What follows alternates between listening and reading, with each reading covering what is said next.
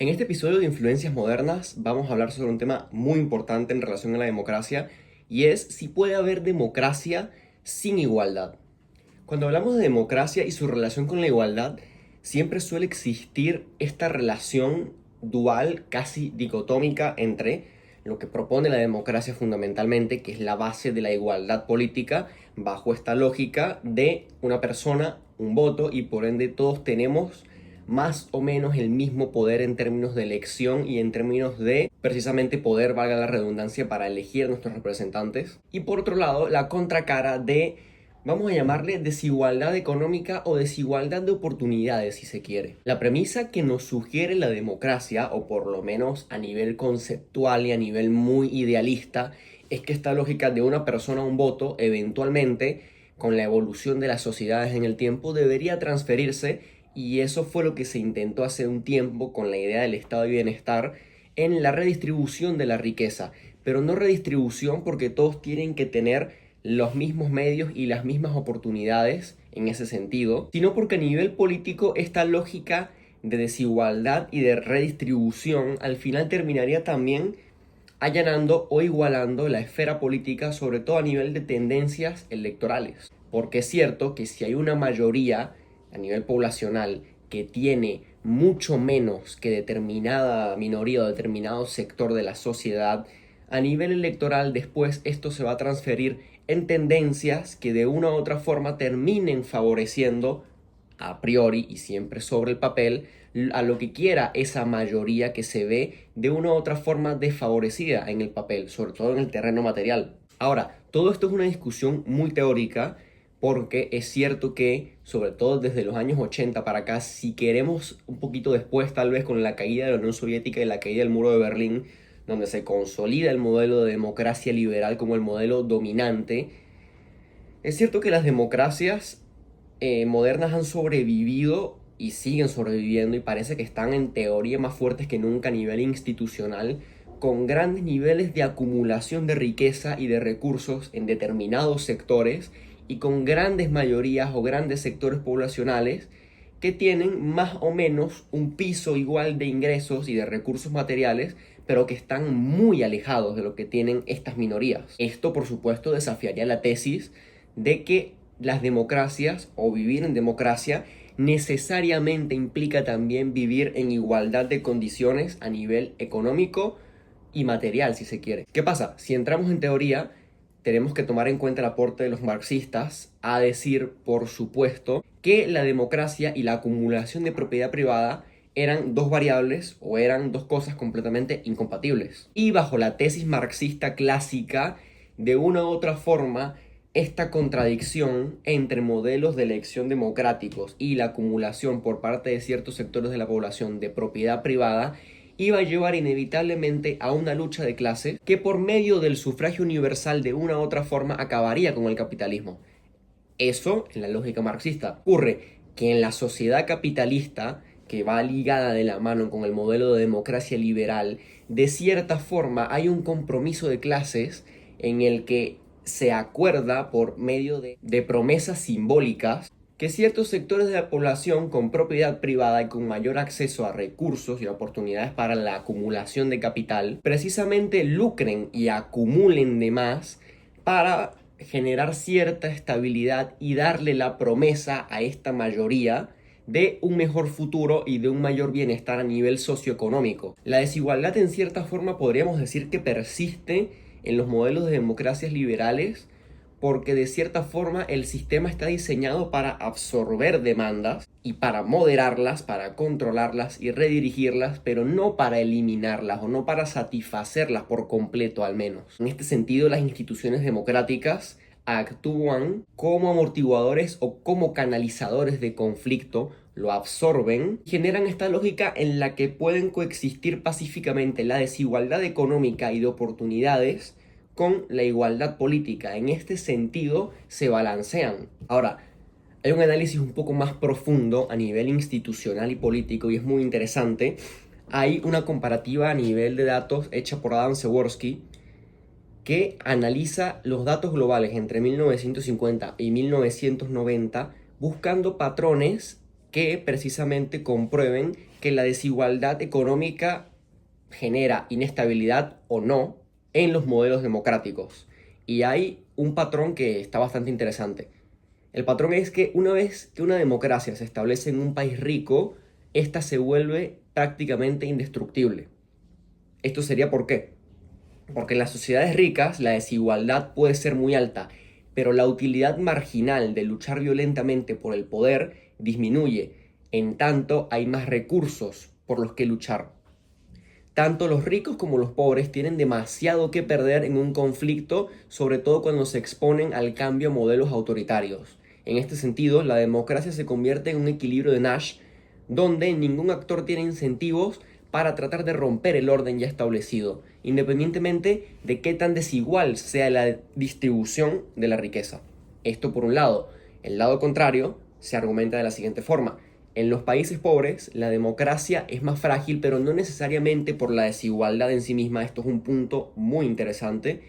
sino porque la escasez generalizada y la necesidad hace que la lucha por el control del Estado sea un juego de suma cero, donde, por ser un juego de suma cero, las consecuencias son prácticamente de vida o muerte, no necesariamente física, pero sí simbólica y política sobre todo. Si perder una elección significa perder el acceso a los únicos recursos disponibles para la supervivencia, los actores políticos tienen muchos más incentivos para romper las reglas democráticas y por ende imponer modelos autoritarios. Entonces, con estos datos y sobre todo con la introducción previa que estábamos haciendo, vemos que la democracia de una u otra forma sobrevive porque tiene una base o un pilar que la sostiene que se basa en la desigualdad. Y esto Przeworski, que es un autor en el que me estoy apoyando mucho en este capítulo, lo justifica y lo fundamenta con 3 puntos que también son muy importantes: la dependencia estructural del capital, la capacidad del Estado y la captura política. Voy a explicar cada uno brevemente para que se entienda. Por la dependencia estructural del capital, Przeworski habla sobre que los ciudadanos comprenden o son persuadidos de que la redistribución agresiva de la riqueza puede provocar una huelga de inversiones, discurso neoliberal por excelencia. Si los capitalistas dejan de invertir, el empleo cae y los salarios se reducen. Por lo tanto, los trabajadores pueden votar racionalmente en contra de sus intereses inmediatos de clase para preservar la estabilidad económica a largo plazo. Esto se conoce en el mundo de la ciencia política tal vez como, no sé si de la ciencia política, tal vez más de la economía política, como trampa de inversión, donde la democracia se ve constreñida o por lo menos se ve un poco encerrada por la necesidad de mantener la estabilidad económica. El segundo apartado, que habla sobre la capacidad del Estado, Przeworski se refiere a que incluso si la voluntad de los políticos está en redistribuir la riqueza, la ineficacia burocrática, la lentitud del mismo aparato estatal y sobre todo la corrupción pueden destruir o pueden retrasar estos intentos, desviar las transferencias para que precisamente nunca lleguen a los beneficiarios previstos, en este caso el pueblo. Przeworski lo menciona como que el escepticismo sobre la capacidad del Estado para gestionar la riqueza lleva a los votantes a preferir soluciones de mercado o directamente clientelismo. Y otra cosa, que es un apartado bastante lógico, es el tema de la captura política. La captura política se refiere básicamente a esta lógica en la que los recursos capturan la esfera de lo político, es decir, la influencia económica y la posesión de recursos de una u otra forma se infiltran en el terreno de la política y por ende se transforman en influencia. En este sentido, tanto el financiamiento como el lobby de campañas y el lobby ideológico en general se infiltran de tal manera que logran imponer agendas que pueden bloquear o en su defecto facilitar cierto tipo de decisiones a nivel estatal para que la igualdad política tal y como la conocemos termine siendo despojada tal vez de su contenido fundamental, porque por detrás hay una influencia que busca favorecer a determinado tipo de políticas. Bajo esta lógica y apoyándonos bastante en la tesis de Przeworski, podríamos decir que la democracia en sí no se sostiene en base a la igualdad, sino que más allá de lo que explicamos anteriormente de que uno de sus pilares podríamos argumentar que es la desigualdad y esta disparidad a nivel socioeconómico, es por excelencia un mecanismo para procesar y canalizar conflictos. Y en este sentido, ¿qué mejor conflicto o qué conflicto más grande que el conflicto histórico por la desigualdad socioeconómica? En este sentido, la relación del Estado con la ciudadanía siempre es una relación de constante asistencia y protección, si se quiere, porque el Estado siempre va a existir para garantizarle de una u otra forma una mejor existencia al ciudadano. Tal vez de ahí parte también esa contradicción y esa lógica de la desigualdad que impregna a las democracias modernas. Acá, siguiendo esta lógica de discusión entre el Estado de la democracia y también la labor estatal, es interesante tomar parte de la tesis de O'Donnell sobre la función del Estado no solo a nivel burocrático, sino también legal e incluso social. O'Donnell fundamenta que el Estado, más allá de ser un gran garante del funcionamiento burocrático, es también un sistema que garantiza relaciones sociales a lo largo y ancho de un territorio. Y él fundamenta que en las democracias consolidadas y ricas, el Estado tiene una presencia homogénea y casi que total en el territorio, en donde la ley se aplica a todos por igual. Por su parte, en las democracias pobres, define que la presencia del Estado es más heterogénea y sobre todo es netamente territorial. Es acá cuando en su definición aparecen las famosas zonas azules, zonas verdes y zonas marrones. No voy a ahondar profundamente en el tema de las zonas azules y las zonas verdes, porque acá, por lo menos para lo que quiero tratar en este episodio, me interesa más el tema de las zonas marrones, que es las zonas en donde se puede ver con claridad esta desigualdad incipiente y donde se puede ver también esta lógica de tal vez recursos y presencia del Estado para fundamentar la desigualdad. Y esto es muy interesante, porque las zonas marrones son, por definición, áreas donde el Estado está funcionalmente ausente o su legalidad es suplantada por sistemas de poder informales, narcotráfico, corrupción, clientelismo, etc. Aunque formalmente son partes del país y sus habitantes votan en las elecciones nacionales, en la práctica viven en un cuasi estado de naturaleza, volviendo a Hobbes, y bajo órdenes autoritarias locales. Es decir, hay una convivencia casi que cotidiana entre la informalidad y la formalidad, porque la presencia estatal y gubernamental está presente, valga la redundancia, de forma territorial y nominal únicamente. Podríamos decir acá en términos más abstractos que en esta lógica de zonas marrones, que obedece sobre todo en la teoría de O'Donnell a una explicación de por qué las democracias son tan inestables en América Latina, vivimos a nivel político y de régimen, de sistema, en sistemas democráticos porque votamos cada cierto tiempo y porque participamos de manera, vamos a decirle, fluida, pacífica y sin problemas. Pero esta desigualdad económica se transforma también por la presencia inestable del Estado en desigualdad legal y política en términos concretos, porque precisamente el Estado no cumple con las demandas ciudadanas en los territorios en los que se les solicita. Y acá entraríamos en un terreno un poco más profundo de desigualdad, porque no estamos hablando solo de desigualdad económica y o material, también estamos hablando de desigualdad en un nivel mucho más amplio, desigualdad en términos de ciudadanía casi, porque tienes el derecho político fundamental, si se quiere, eres igual que los otros a nivel político en tanto puedes votar y una persona vale un voto, pero si ya a nivel económico tienes esta desigualdad existencial que se manifiesta en la lucha de clases, a nivel judicial e incluso simbólico de derechos, eres también desigual, porque si el Estado no está tan presente en estas zonas, llamadas zonas marrones, por ende, te ves también desfavorecido respecto a ciertas otras zonas en el acceso, por ejemplo, a la justicia, a la salud, a la protección y a la seguridad por medio de, por ejemplo, policía o fuerzas estatales, a la protección de tu propiedad privada, a la protección de tus recursos, a la protección de tu vida social en la esfera pública. Todas tareas de un Estado que son mínimas en cuanto a la idea de un Estado presente, que configuran lo que O'Donnell termina llamando como una ciudadanía de baja intensidad. En este sentido, eres ciudadano a nivel político porque puedes votar, participas en democracia, pero más allá de eso no tienes otros derechos que te den la facultad de ciudadano, si se quiere. Es decir, eres desigual en todos los otros aspectos. En este caso, O'Donnell define que la democracia se convierte no solo en delegativa, sino tal vez en plebiscitaria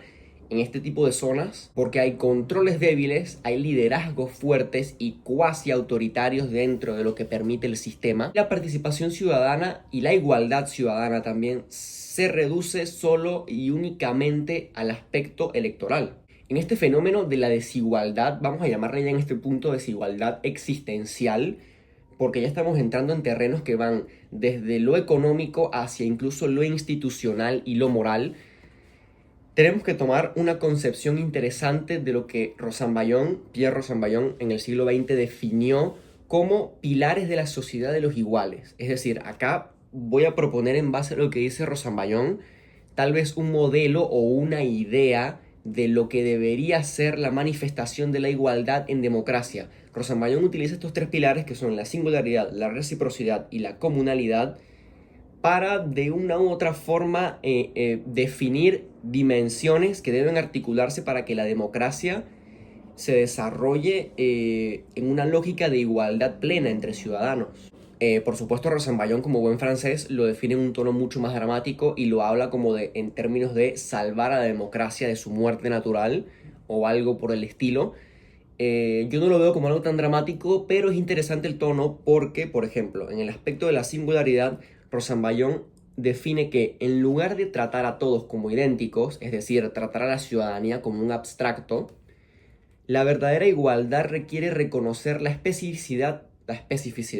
de cada individuo, y la demanda social no es solo el querer las mismas oportunidades o los mismos recursos, sino querer el mismo reconocimiento y la misma visibilidad. La desigualdad duele más cuando trae consigo la invisibilidad, y por ende una política democrática debe garantizar que la singularidad de cada uno sea respetada y no se convierta en un modo de exclusión. Acá salimos ya de los derechos económicos, si se quiere, o del acceso a oportunidades para acumular riqueza también y para igualar ese piso de recursos. Estamos hablando ya de un término más institucional.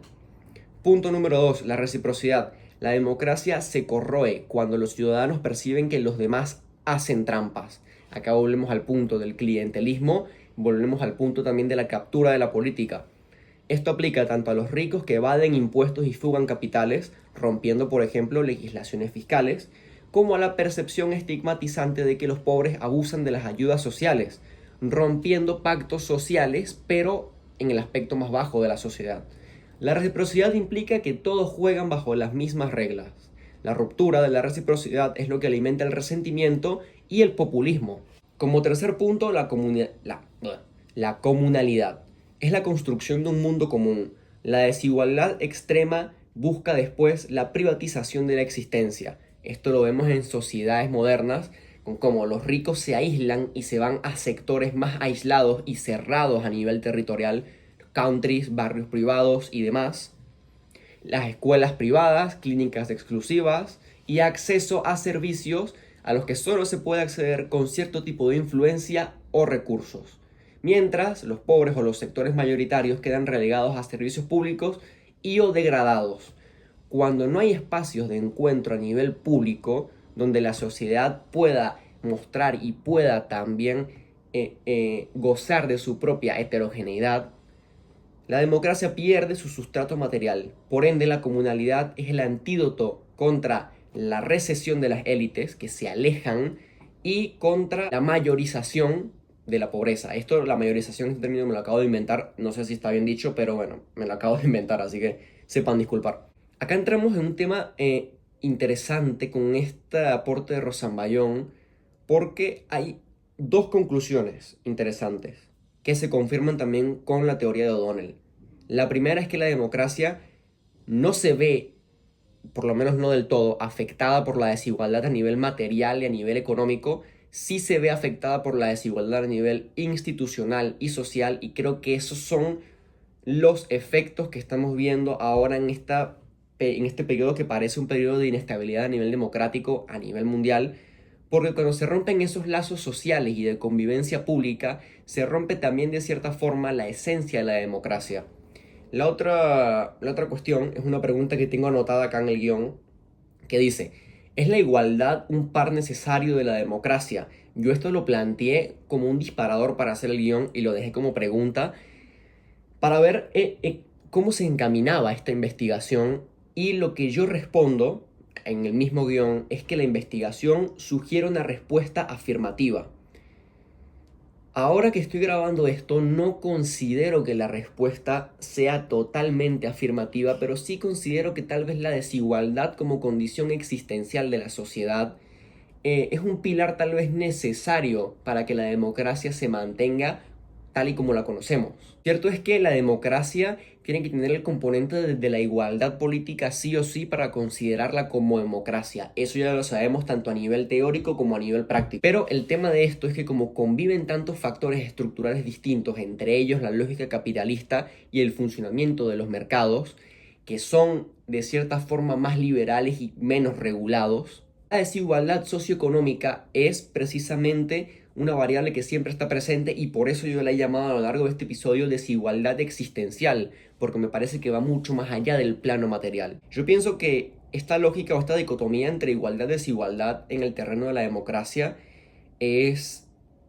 tal vez el motor a nivel histórico que ha movido o que ha impulsado a los modelos democráticos a lo largo de la historia. Es precisamente aceptar que como condición va a existir la desigualdad, va a haber desigualdad, siempre van a haber unos que tienen más que otros, siempre van a haber unos que van a influir de formas formales o informales más que otros y que por ende les pueden pasar por encima también con todo lo mal que eso pueda estar. Pero es esa promesa de la desigualdad tal vez lo que hace que los ciudadanos se movilicen en busca de un futuro mejor y que ejerzan sus derechos políticos precisamente buscando una representación más igualitaria. Es la desigualdad lo que genera tal vez las demandas de reforma y de cambio. Y acá teorizo algo importante porque si hubiera igualdad, poniéndonos en este terreno súper idealista de que la democracia conlleva o es igual a una igualdad perfecta, como si fuera un juego de suma cero en el que democracia igual a igualdad y autoritarismo o totalitarismo igual a desigualdad, haciendo el par dicotómico, perdería el sentido la lógica democrática, porque precisamente la democracia gana valor es en este campo de disputa, de conflicto y de búsqueda de consenso por la mejora y por la igualdad. Es decir, siguiendo a Rosanbayón, la democracia es tal vez en su sentido más puro un modelo que se basa en la incertidumbre, en la indeterminación. Siempre está abierto a renegociar, siempre está abierto al cambio y sobre todo siempre está abierto a absorber el conflicto y a buscar el consenso. La desigualdad en este sentido abre muchas puertas tanto para las mayorías por ahí menos favorecidas como para las élites que por ahí tienen más influencia, porque la democracia ofrece a estas mayorías la oportunidad de cambio y de mejora constante que aunque sea marginal, siempre está y siempre existe, y ofrece también a las élites este terreno en el que pueden aceptar convivir con las mayorías de manera pacífica sin que esto implique un riesgo tampoco para sus intereses. En este sentido, también la democracia proporciona válvulas, vamos a decirle, estables para su propia regulación y para que no estalle la olla de presión, como quien dice. No solo por los mecanismos electorales, sino también por las mismas lógicas redistributivas que ya tiene la democracia liberal como sistema per se. El equilibrio con la desigualdad es un equilibrio que no es óptimo, pero ha demostrado a lo largo de la historia, o por lo menos desde los años 90, que es resiliente al menos. Y eso, en términos de estabilidad política, creo que es tal vez lo más importante viendo el curso de la historia. Me gustaría concluir tal vez pensando que este par dicotómico entre igualdad-desigualdad en relación con la democracia es un par que puede coexistir, o sea, la desigualdad puede coexistir y coexiste con la democracia en armonía, pero ha demostrado que también existe y pueden convivir únicamente si hay esperanza y si hay mecanismos de movilidad y de corrección. Las elecciones en este sentido son tal vez la mayor promesa de movilidad y de corrección que tenemos para estabilizar el sistema, aunque elecciones no signifiquen democracia, por supuesto. Entonces, a la pregunta de si podemos hablar de democracia cuando tenemos una desigualdad existencial presente, yo respondería que sí, la democracia se sostiene gracias a la desigualdad y lo hemos comprobado, pero hay un asterisco o un paréntesis bastante grande, y es que es una democracia que vive en constante cambio y en constante tensión. Por eso tal vez yo pienso que la tesis de Fukuyama del fin de la historia, que lo toqué en el capítulo 2, si no recuerdo mal, me parece que es una tesis que hoy en día al menos se puede rebatir o se puede refutar, porque la democracia evoluciona en tanto estas tensiones aumentan o disminuyen y en tanto se busca flexibilizar el sistema para promover ese cambio. Tal vez, y solo tal vez, en esta tensión presente, en esta lógica de desigualdad y democracia, es que reside la resiliencia de la democracia precisamente. Y es tal vez este también el único terreno en el que la democracia puede sobrevivir y mantenerse como sistema de representación viable y tal vez cuasi ideal. Pero bueno, eso ha sido todo por este capítulo. Ha sido una reflexión que es bastante teórica, es bastante sesuda. Me basé en 3 autores que, aunque los agarré con pinzas a los 3, creo que sirvieron para darle un apoyo a esta pregunta. Me parece un tema que es muy importante de tocar. Van a haber un par de episodios más en esta temporada del podcast tratando este tema de la desigualdad en relación con la democracia, aunque desde otras visiones. Así que bueno, si les interesa eso, ya saben que pueden suscribirse. Abajo en la descripción está el link para escuchar el podcast en Spotify. Y abajo también tengo un link para acceso a más recursos relacionados con ciencia política, teoría política y demás. Si eso les interesa, vayan a esos links. Si les interesa, pueden suscribirse y nos vemos en un próximo episodio.